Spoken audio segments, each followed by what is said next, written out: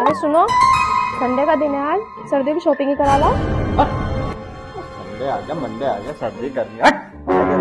Shopping वॉपिंग नहीं है sir. कंजूस आदमी।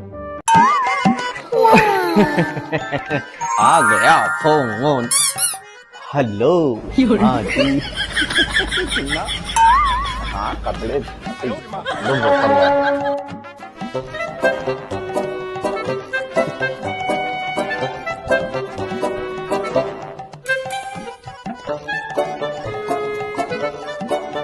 अच्छा मम्मा को बताना पड़ेगा। माँ आप फोन में लगी रहना, डैडी वहाँ पे ना अंदर लड़कियों से बात कर रहे हैं। अच्छा चल दिखा मुझे। पैसों की कोई टेंशन ना, बहुत शॉपिंग करवा दूंगा तुम। बहुत पैसे हैं, बस हमारे लिए ना है, बाकी गर्लफ्रेंडों के लिए बहुत पैसे हैं। अपने दोस्त से बात कर रहा था। दोस्त से रंगीन है, सुधरेगा ना। आगे बोलना और करवा लो गर्लफ्रेंड को शॉपिंग।